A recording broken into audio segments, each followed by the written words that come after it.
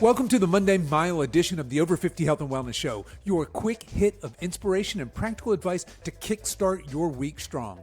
Each Monday, I'll be joined by one of our Silver Edge coaches as we tackle one specific topic you might be struggling with, whether that's nutrition, fitness, mindset, or lifestyle. And we'll break it down into clear, simple, actionable tips you can start using today. And here's the best part. You can knock out this episode on your morning walk. Just lace up those sneakers, hit the pavement, and let us coach you through the first mile of the week. Okay, let's get moving. Coach Jess, welcome back to the Monday Mile edition of the Over 50 Health and Wellness Podcast. How's it going? Good. Happy Monday. Happy Monday to you as well. I want to talk to you about the burning question that most people really struggle with, and it's this: how much should I eat? What's the right amount of food I should eat? And now look, I'm going to go ahead with the spoiler alert before we jump into this conversation. The real answer is, I know a bunch of you don't want to hear this. You're already, those OG listeners know what I'm going to say, and you're probably rolling your eyes. It depends.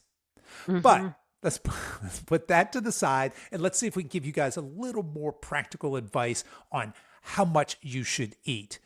Now, I think before we start answering the question, how much you eat, and don't worry, we're going to give you an actual formula here, just stick around, of how much you should eat.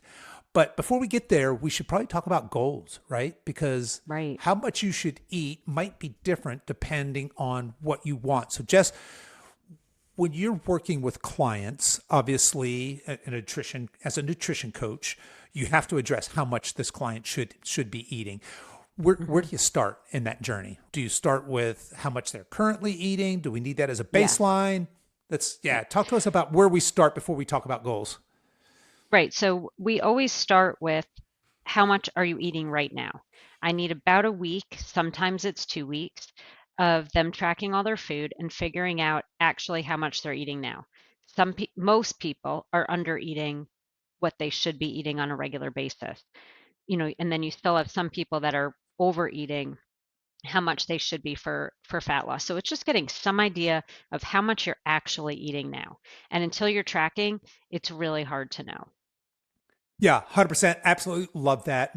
I think this is one of the biggest problems with current diet culture right now is every diet program out there is going to give you their plan, whether it's eat these foods, drink this magic smoothie, eat 1,200 calories, ladies, without having any clue where you are right now. How metabolically healthy are you? How metabolically unhealthy are you? How many calories are you currently eating? How many of those are coming from proteins, fats, and carbs? And all of this is very important information before you start a diet. So I love that we are going to get some hard data.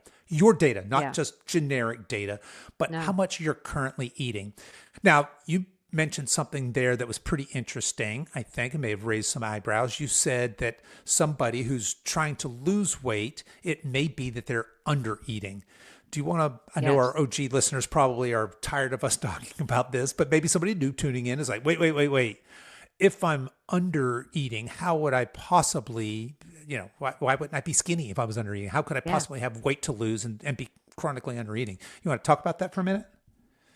I'd love to talk about that. I mean, when you're chronically under eating, your body isn't getting what it needs to survive. So it's going to store all of the fat that it possibly can, to put it as simple as I can, that it's really holding on to that. And then eventually you get hungry, right?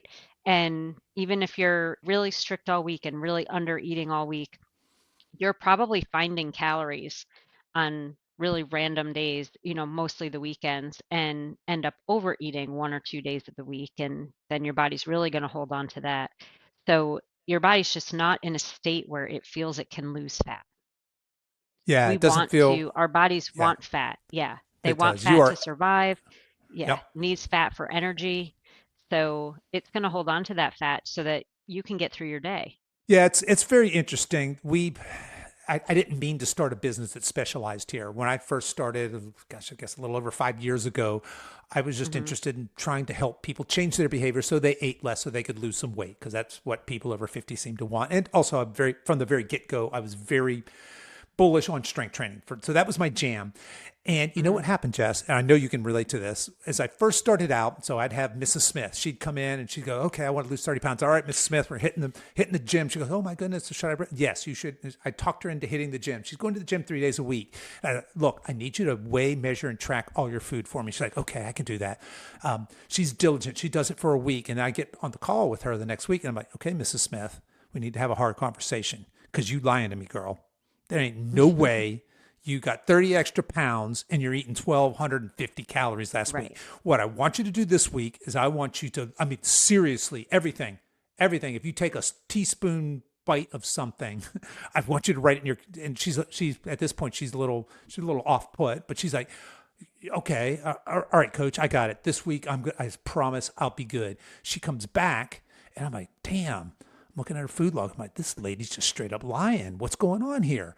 Mrs. Smith, what's happening here? I see your food logs. What am I missing? What's going on the weekend? What about alcohol? I said, look, it Oh is yeah. not gonna. You have to help me help you. You've got to be really transparent. And so here I am being confrontational, and she's very earnestly saying, "But this is what I eat." And I'm like, okay. And I'm thinking to myself, like, wow, no, nothing in my nutrition training program has prepared me for this. So I'm trying to tell her, all the things about emotional eating and all the things about changing her behavior and take your time when you eat and let's get you to eat less food. But in the back of my mind, I'm thinking, well, how much less food can I get this lady to eat? And then along comes Mr. Jones. Mr. Jones comes and he's got dad bod and he's hasn't worked out in 20 years, but he's serious. He's ready to get on it. And same thing. The exact same scenario plays out. So Mr. Jones comes in. I see he's eating 1,800 calories. I'm like, dang, Mr. Jones, that's come on. I need you to be really be square with me, buddy. Don't change the way you're currently eating. You're probably just eating because I'm looking at your food log. Eat the way you normally eat. So he goes back another week. He's really diligent. He tracks everything. And next week he comes in. He eats 1,780 calories. I'm like, all right.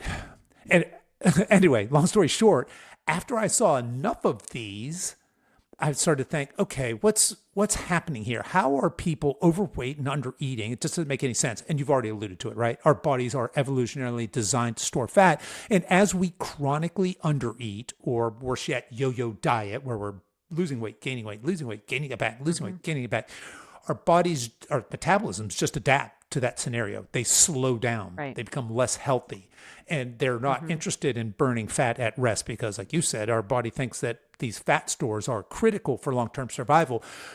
In other words, your metabolism doesn't understand that you're on a diet or you're eating low calorie. It just perceives food shortage and therefore goes into emergency mode. And that's where we really run into trouble here. So that brings us back to how much should we eat? Just know that for some of y'all, even if your goal is fat loss, it might be more than you're currently eating. Now, some of you may be just legit overeating, and then that number would be less. But let's put that aside for 1 second. We're going to come back to Hmm. that. So, Jess, let's go back to goals. Would my calorie goals be different if I had different goals, say fat loss versus muscle building, potentially? Absolutely, yes. Yeah. Okay. Yeah. And Yeah. how does that look when you're working with clients? If somebody comes to you saying, I've got a fat loss goal versus I just want to get jacked and swole goal. Yeah. I mean, your fat loss goal, first, we're going to figure out how to get you in a calorie deficit. It's still calorie, if you're looking at calories in, calories out, making sure that they are also strength training, whether their goal is building Hmm. muscle or not, right? Because we are Right. trying to get that metabolism going. Building more muscle is just adding to that bank that you have. So, but your calories might be, slightly lower than if you're in a muscle building phase. If you're in a muscle building phase, then you're going to eat more calories so that your body has more energy to put on that muscle, lift heavier weights, and you're probably going to eat more protein because you're Hmm. trying to build mass. So we usually give a protein goal somewhere around your ideal weight. So if you're a 200-pound guy and you're looking to get up to 215 and put on muscle, then your calorie goal and your protein goal is going to be higher than, a guy that might be 200 pounds, but he's looking to lean out and get down to 180. Right. So he's going to eat less and eat less protein. So those are, two examples. And for women, same thing. But I think when we talk about setting goals and trying to figure out how much to eat, setting realistic goals is the most important thing. Mm. if you're 200 pounds and you want to weigh 135 pounds, you shouldn't eat for the body of a 135-pound-year-old to start, because you're going to be really under eating to support your current energy levels. And I think that that's why people end up on these really low calorie, low protein, low carb type diets, is because they're eating for this body that they want to have, but they haven't made any steps to get there, right? So, Yeah. if you're 200 pounds, think how happy you'd be if you got down to 180 pounds. So, maybe you're first going to start eating to get to that 180-pound body versus 135 pounds. So, at 200 pounds, you can't eat the same thing as somebody that weighs 135 pounds and have that body. They have less, their body is demanding less energy because it has less fat to support and all of that. Hmm. So Right. you have to have some realistic goals, and also realize your goals are going to constantly change. Yeah. Yeah. Yeah. That's a big one. Your goals will change. We see it all the time in our program. Hmm. We'll have men and women will say, "Hey, my goal is I want to lose 20 pounds." And then what will happen is they'll lose 10 pounds, but they'll have put on, let's say, 5 pounds of muscle. And so, really the Right. scales only moved 5 pounds, but all of a sudden their body composition is dramatically changed. And like, oh, well, maybe I didn't need to lose 20 pounds. Maybe I just need to Yeah. lose, 7 or 8 pounds, and I feel strong, healthy, capable. I look good. So that's fair. Yeah, I think that certainly if you have a goal of fat loss, which is a lot of people listening, right? I'd like to lose a little fat, build a little muscle. That's perfectly reasonable. So what I want to do is I want to talk about what we do for a lot of our clients who are just coming in. We have to have a stake in the ground. We have to have a starting place for calories. So here is a really simple, basic formula for how much food you should eat when it comes to calories. And it's simply this: take your goal weight and multiply it by 15. That's it. Goal weight times 15. That's the amount of calories. That should be your maintenance. That would be a good maintenance Hmm. place for you to start. Now, does that mean that's perfect for you? Of course not. If you're more active, you need more calories. If you're less active, you may Right. need less, but it's a good starting place for you. And I want to go back to what Jess was saying earlier, where some of y'all you're overweight and under eating. You can tell if you fall in that camp very easily by taking your goal weight, multiply it by Hmm. 15, and then do a week of tracking. Better yet, do 2 weeks Yeah. of tracking without changing the way you're currently eating. And of course, be diligent in that. And then look at the average calories that you're eating. Is it less than that number, than your goal weight times 15? Is it the same, about the same, or is it more than that? And that will tell you. So those of you that you say, oh, well, I'm a woman and I'm eating 1,300 calories, and that calculation came out to 1,900 calories. You should Hmm. start a reverse diet. And look, Yeah. this is a Monday Mile episode. We're not going to go into that. If you have more interest in that, we've done tons of episodes in the past on reverse dieting. But really, what you want to do is focus on restoring your metabolism. You want to get your maintenance calories into a healthy place before you start a diet. And this is actually what we do with the collective. So we're just opening the collective membership. If you guys haven't heard, that actually officially opens for the public for the first time coming up this Thursday. If you guys want more information, I'll make sure we throw a link to that into the show notes down here. But basically the collective is a membership program, group coaching program, where we have this 4-stage journey to help people burn some fat, build some muscle, be strong, lean, and healthy. And it starts right here. It starts exactly what we're talking about. You're going to spend the first Hmm. 2 weeks in the collective weighing, measuring, tracking all your food so that we get these real metrics. If you've already done that, Hmm. congratulations, you're ahead of the game. But then you're going to use that exact same calculation I just gave you, that goal weight times 15, and that's going to be your maintenance. Now, from there, that's where the that's where the different paths come. Some of y'all are going to be under eating that. So you have a different track you're going to go into. Some of you are eating about that same amount. You're going to go into a different track. Some of y'all are eating more than that. You're going to go into a different group there. But that's really what we're doing in the collective. So if anybody out there is listening to this and thinking, oh, okay, well, that sounds intriguing to me, and I've just run that calculation and I suspect I'm under eating that, or maybe I'm overeating that. What do I do next? That'd be a great place to start, because of course we have all the Yeah. community and everything else built in there, right? The community, the workbooks, the Yeah. lessons, there you will actually really learn exactly how much you should eat, which is what people pay us a lot of money for Yeah. And in that's why we started one-on-one this, right? coaching. Yeah. Right, right. Yeah. But you get to do the work and figure out how much to eat, and it will make a lot more sense once you read through all of that and learn and talk to other people in the community. We have a forum and people talk, and Yep. you can get some real advice from other people that are going through it or gone through it, and you will have all of that knowledge at your fingertips.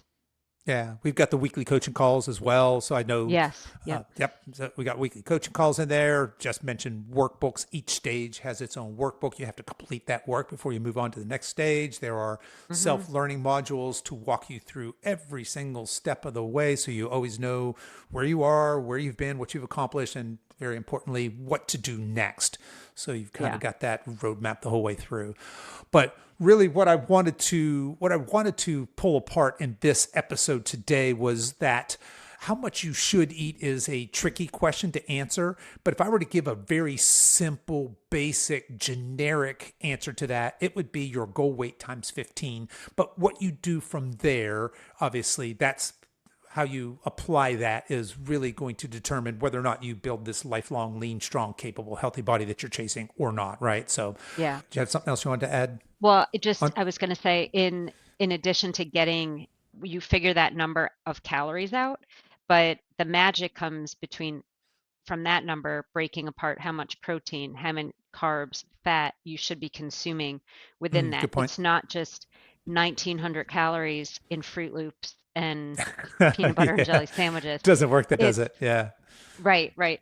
I mean, you might feel a little better getting more calories in a short period of time. You might feel happy that you can eat that many calories, but it's really figuring out how to break those macronutrients down. And that's something that you really can learn through all of that in the collective, Yeah. in the first, or is that in the second section or the first section I think it's second of the module. Yeah. collective?